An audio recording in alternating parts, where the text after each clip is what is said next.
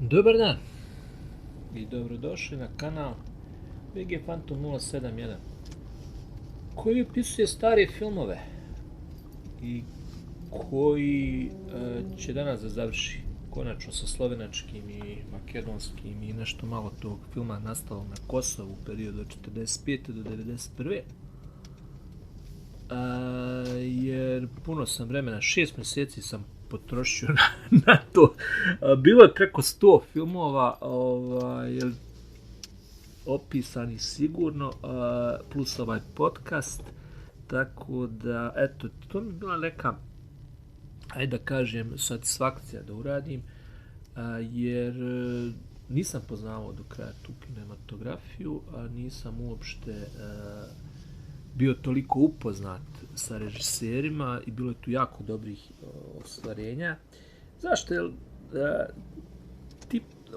ovaj uopšte podcast je dokaz koliko su naše kulture unutar Jugoslavije bile odvojene, da je to bilo više prostora kulturološki gledano, jel? Znači, čim ti nemaš jedinstvenu kulturu, ti ne možeš da imaš jedinstvenu naciju. Čim nemaš jedinstvenu naciju, jako je teško napraviti tu državu. Ta država vremenom sve više slabiji i nestaje. Mislim, to je, kako da kažem, istorijski, ako nema nekog interesa, kao Švajcarci, što imaju, na primjer, oni imaju interes da svi drže mitraljez ispod, kako se zove, kreveta i da čuvaju tuđe zlato. Mislim, eto, to je u potpunosti jedna, kako da kažem, takva država, ali sve ove druge države koje opstaju, velike imperije, nastaju isključivo nasilno i u nekoj vrsti, kako da kažem, formiranja militarističke države danas ove koje postoje, koje nameću jedinstvenu kulturu, ako uzmi američku, na primjer. 101 nacija, 101 rasa, naravno dođe tu neka sila koja kaže mora to da sve bude 50 država, da razmišljaju na jedan način, jel? I da gledamo jedne filmove, da slušamo ajde da kažemo, ali sve je to naša muzika i sve je to Amerika, jel? Učiš istoriju američku i to je to. Slično i u Rusiji, recimo se, u Kini da ne govori. Tako da u Evropi, evo Evropa je recimo prikaz kako ne možeš napraviti, jer ona kreće tom nekom germanskom logikom, ajmo da napravimo interes. A najveći interes je germanski, jel? Da se naša ekonomija, jel, pa ćemo onda mi vas tu vezati, tu znaš, mislim, tu potpuno pogrešno, na kraju to raspadne se i prvog trenutka kad nema para raspadne se i na taj način i Jugoslavija koja je na kraju krajeva bila pod tim utjecajem se raspala. Tako da u filmu gledano te kinematografije su bile nešto drugo, mislim, one su bile potpuno odvojene, ali prije nego što završim ovaj podcast da kažem da imam jednu ideju da svi ti stari filmovi remasteruju, restauriraju i objave na posebnom portalu po uzoru na slovenački BSFC, gdje bi svima bili javno dostupni, a sve od cilju istraživanja edukaciji na taj način sačuvani kao kulturno blago, tako da ko se slaže s idejom očuvanja Fonda Jugoslovenske kinoteke i kinematografije, link za anketu će biti u opisu ovog videa. Isto tako, ko želi da donira ovaj kanal, može to da uradi putem linka Buy Me a Coffee na naslovnoj strani kanala. Što sam htio da kažem, znači, od samog početka jugoslovenske kinematografije Slovenci su i ušli u to i pravili su filmove onako kako su trebali, kako su oni smatrali da treba, pošto su politički bili odvojeni. Prvi filmovi, znači, su nastali bili vezani za narodno-slobodilačku borbu i na svojoj zemlji, Trst i tako dalje. To su filmovi koji i kasnije Svet na Kažariju, koji je radio France Stiglitz, koji je definitivno najznačajniji slovenački režiser. Mi vidimo da su to filmovi otprilike u istom maniru, nekom socrealističkom, mada Trst više i nije bio toliko Vrlo brzo su se oni od socrealizma otkačili nakon sukoba Tito-Stalin. Ali oni nikad nisu, ti njihovi filmovi partizanski koje su oni snimali, nikad nisu oni, recimo, bili u fazonu da nešto mnogo partiju ističu i tako dalje. Kasnije, neki su filmovi koje su oni pravili istorijski su kritikovali više partiju, ali nešto da su oni pravili od toga spektakl, govore, priredbe i tako dalje. Ne, znači njihovi partizanski filmovi su govorili o ratu, o dvoumljenjima i tako dalje. I onda od tog filma, pa onda imaš dalje, kako se zove, filmove, recimo, poput Dobri stari pijanino, X25 jaja, dobro, to je od Francišeka Čapa, ali je to je nakon, nije tipičan slovenački film, glup je primjer. Ali, recimo, film Trenuci odluke od Francišeka Čapa je pravi slovenački film, da kažem, kako su se u Sloveniji formirala uopšte ta neka, kako se zove, psihologija unutar njihovog pokreta otpora. I pod okupacijom, recimo, Italije, recimo, tog lijepog dana Franca Štiglica, isto je to. Znači, oni su napravili neku vrstu komedije. Dok drugi nisu to radili, vrlo malo je toga bio isto od Franca Štiglica film. Znači, mi imamo odmah odstupanje od obrasca. Da je to bilo u srpskom filmu ili hrvatskom, odmah bi mu zabranili da radi. Rekli, ne može. I onda, nekako, ako izuzmemo baladu o trubi i oblaku, koji je sve samo nije crveni talas, mi nemamo tu vrstu, kako da kažem, filma. Imali smo akciju od Janeta Kavčića, onda ono što je bilo posle rata, to i Kala je, recimo, dobro, Krešo Golik je radio Kalu,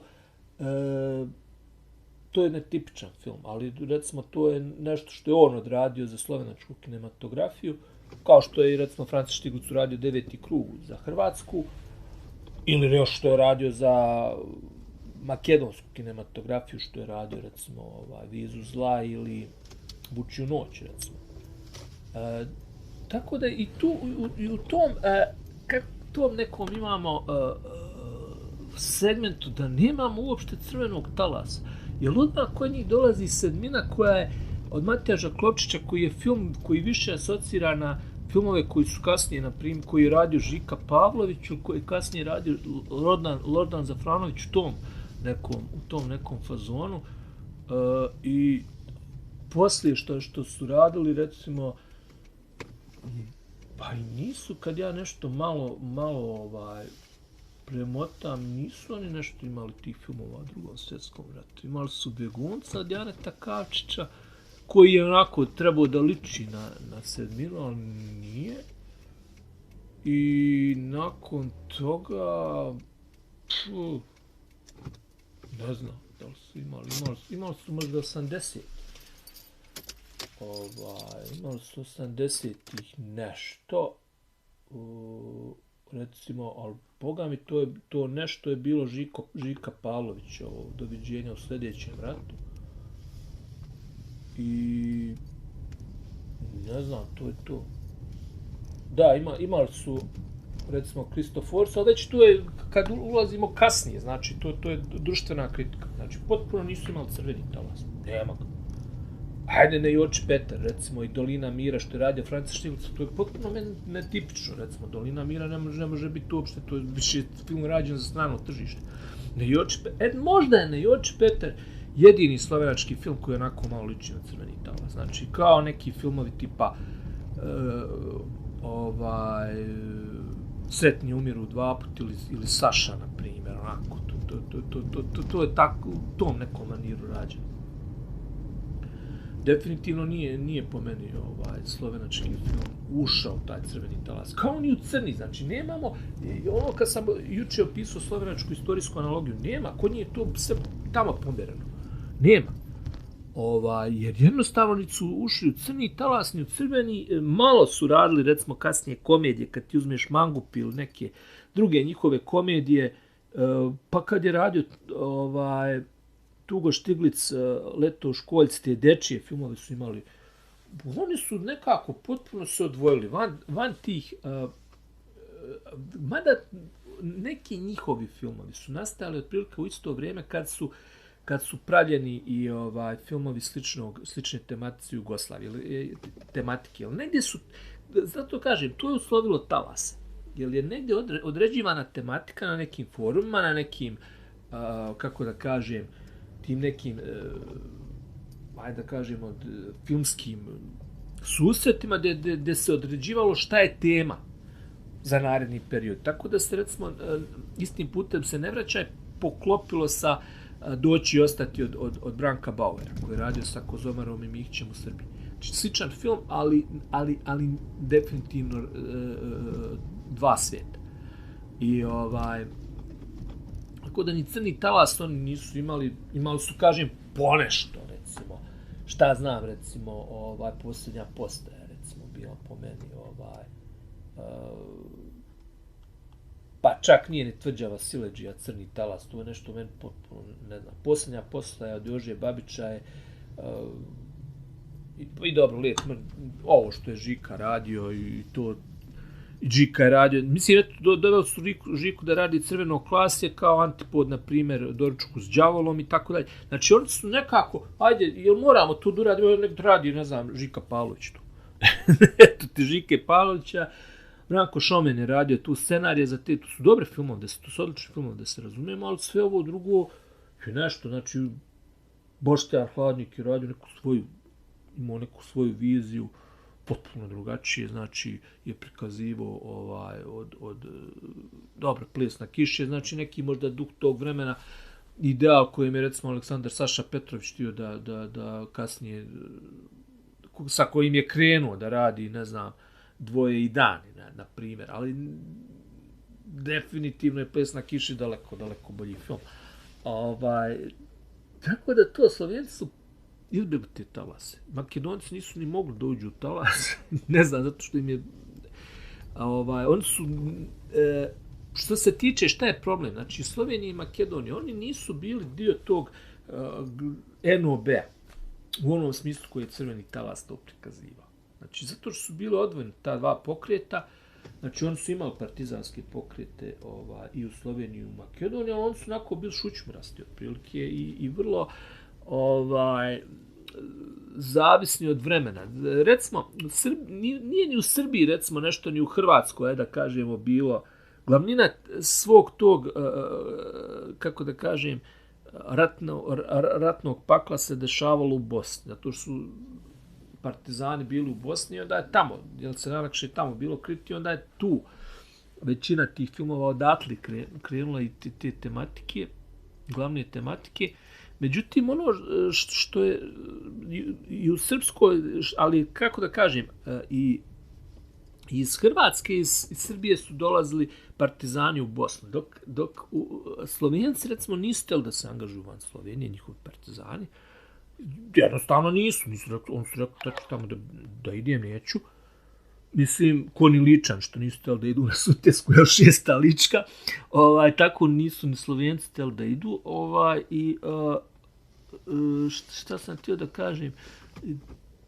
Makedonci su opet imali nekako opet tu, prvo nisu htjeli da ulaze u frontalni sukob sa Bugarima, jel, obzirom da su Bugari, mislim, zašto? Sad neko to će reći, čak sam čitao neke, kao Bugari, Makedonci nisu imali praktično do 43. uopšte partizanskih, ne znam, prvog, recimo, poslije zato nisu imali u komandnoj strukturi JNA nikoga, recimo, prvog generala su dali 63. godine. Ali ima tu još jedan detalj, to su Bugari. Bugari su svirepi bili.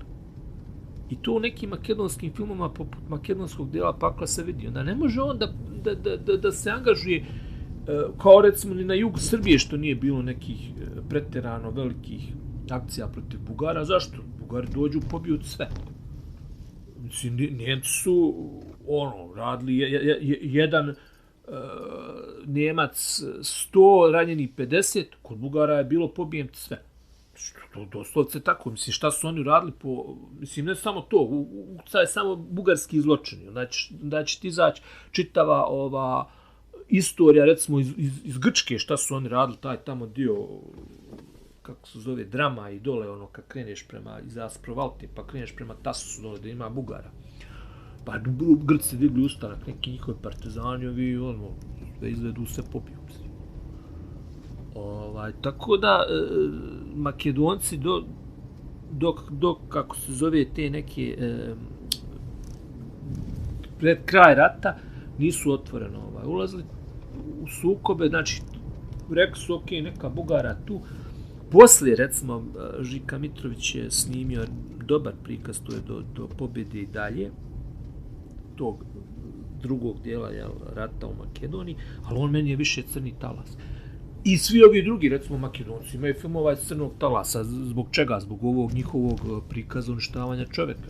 To su crnotalasovski filmovi. To je u stvari tematika koju su htjeli da snimaju režiseri Crnog talasa, koji im nisu dali baš da rade u ostalim kinematografijama. Tako da ove kinematografije, sve u svemu, kad ti uzmeš, da zaključim, neću da otaljavam mnogo je ovaj podcast bio, nisu imale talasa. Znači nisu imali, oni su imali poneki film koji bi upadao negde, ali stvarno su dali odlična ostvarenja i imali su odlične režisere u tom periodu od 45. do 91. Nažalost, kao i sva ostala produkcija, Slovenci su zadržali, recimo.